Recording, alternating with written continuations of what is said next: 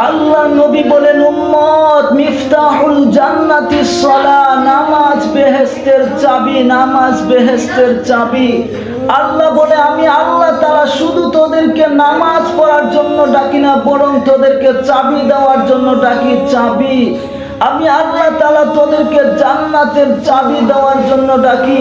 চাবি যদি তোর কাছে থাকে, তুই যেই কোনো সময় চাবি দিয়ে তালা খুলতে পারবি, তালা খুলে জান্নাতের মধ্যে প্রবেশ করতে পারবি। এই জন্যই তো আমি আল্লাহ তাআলা তোদেরকে নামাজের মধ্যে ডাকি, চাবি দেওয়ার জন্য, চাবি।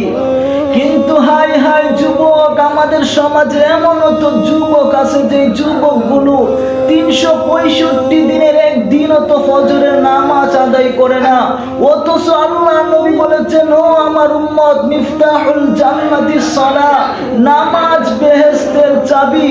আল্লাহ নবী আরো বলেন, আউয়ালু মা ইউহাসাবু বিহিল আবিদু ইয়াউমাল কিয়ামাতিস সালাহ, কিয়ামতের দিন সর্বপ্রথম নামাজের হিসাব হবে, নামাজের।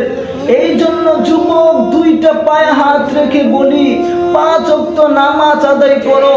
বাকি সময় যা কিছু করো করো, কিন্তু 5 ওয়াক্ত নামাজটুকু তুমি আদায় করো।